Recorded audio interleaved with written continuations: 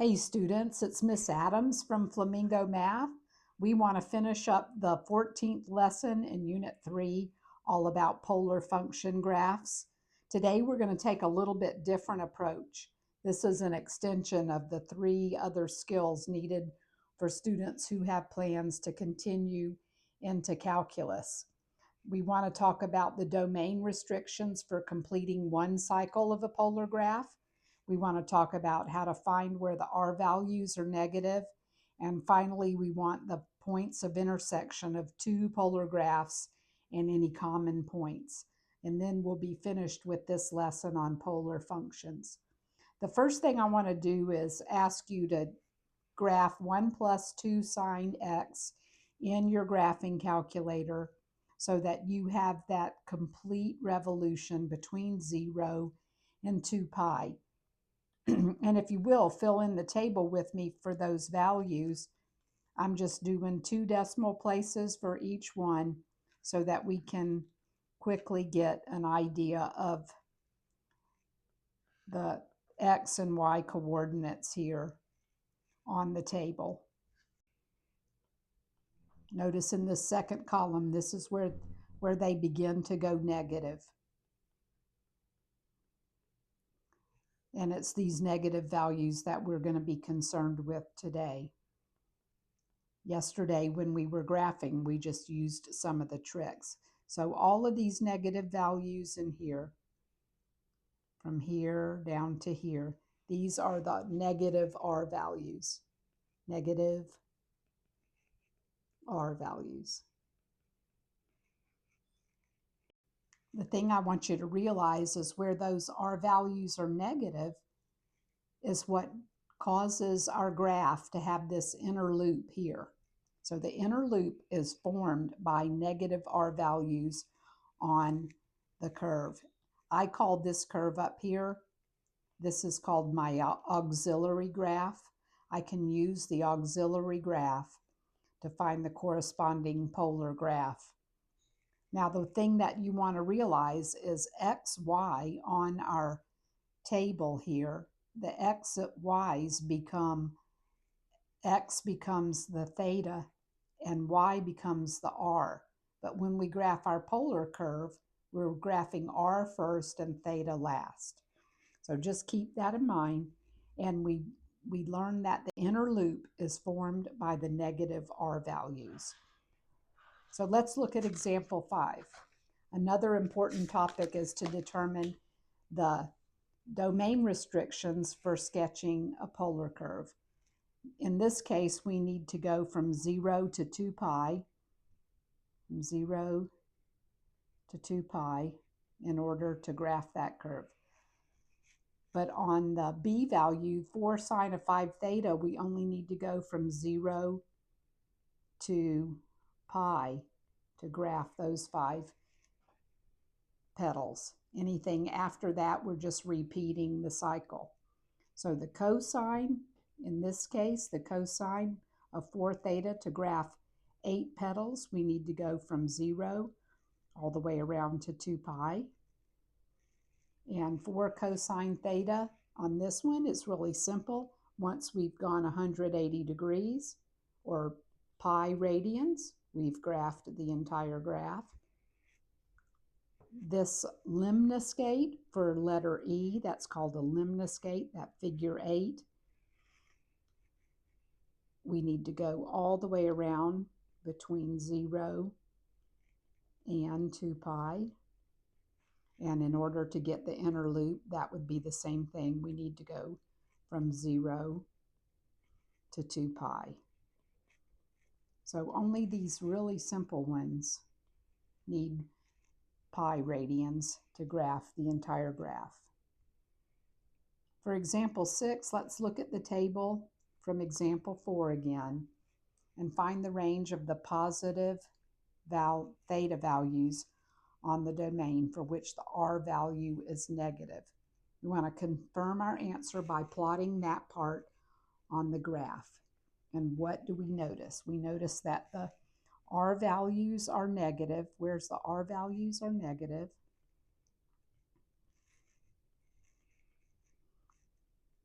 on that function, 1 plus 2 sine theta.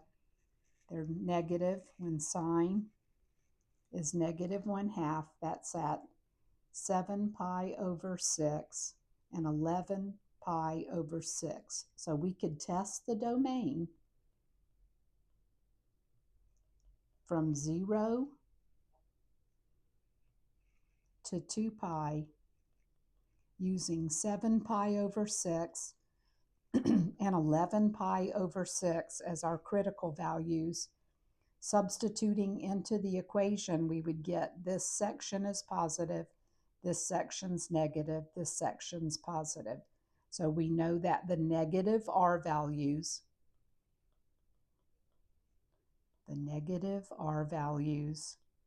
are what create that inner loop.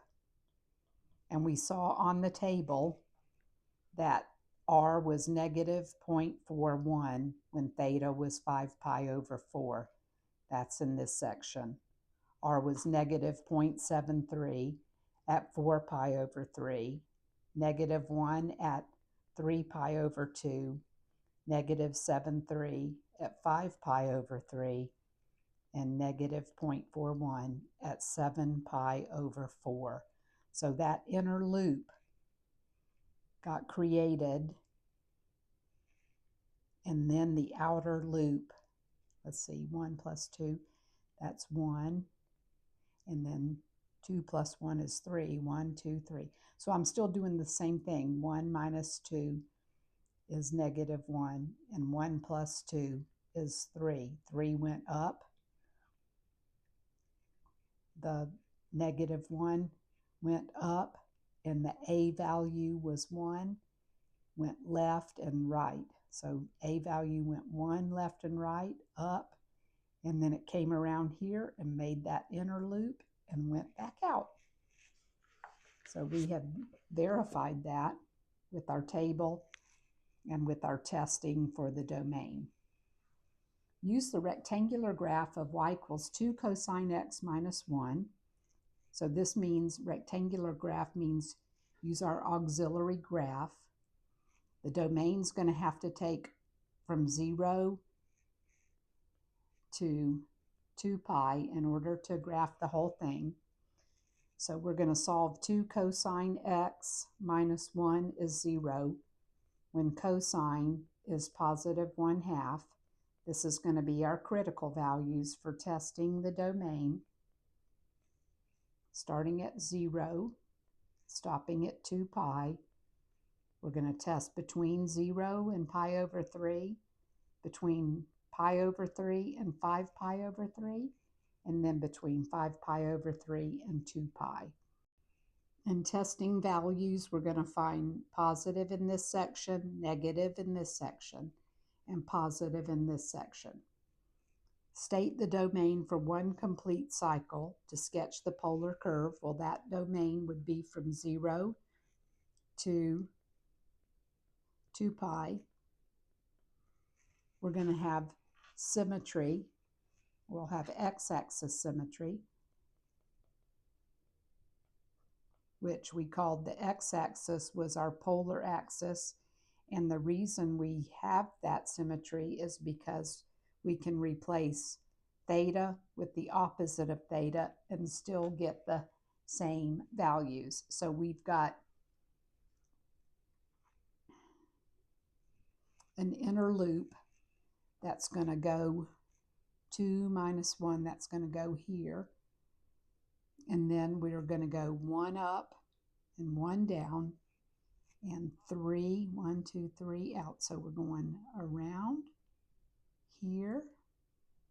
And that inner loop was when we made values between pi over 3 and 5 pi over 3. And then our last few examples, we're talking about intersections of polar curves. So taking the two equations, 1 minus 2 cosine, I want to know when is 1 minus 2 cosine theta equal to the line 1. Well, 2 cosine of theta is equal to 0 when cosine is 0. That would happen at pi over 2 and 3 pi over 2. So one of them, 1r theta, is when we have 1 and pi over 2, and a second r with a second theta would have a radius of 1 at 3 pi over 2. But look, we have one more point. This one is not an intersection point. R3 theta 3 at 1 pi. This is not an intersection. This is called a common point. It's not a solution. And I think the easiest way to see them is if you graph the auxiliary graph 1 minus 2 cosine, and then the graph r equals 1, you're going to see that the point 1 pi is not simultaneously crossing both graphs at the same time. Find the points of intersection of the graphs 3 sine theta and 1 plus sine theta. So 3 sine theta is equal to 1 plus sine theta. We'll get the common terms together. 3 minus 1 is 2. 2 sine theta is 1. When sine theta is a half, that happens when theta is pi over 6 and 5 pi over 6. So you can see they intersect here and here. We have r theta is 1.5 and pi over 6. We have a second r and a second theta when the radius is 1.5 and the angle is 5 pi over 6. But notice that the point 0, 0 is also there. 0, 0 is a common point. It's not an intersection point because they don't occur at the same time. If you substitute pi over 6 here, you get 1.5. If you substitute pi over 6 here, you get 1.5. It has to be the same value at the same time. That doesn't happen with that common point. And looking back at number 8, you can see the first one was 1 pi over 2. The second was 3 pi over 2. But 1 pi, that's over here. This is the common point. This is an intersection point. That's a solution. This is a solution. And then the last page of notes, I'm not going to display that, but the last page of notes is a summary of all of those properties and characteristics that we found in this lesson for graphing polar graphs. See you next time for the very last lesson in Unit 3.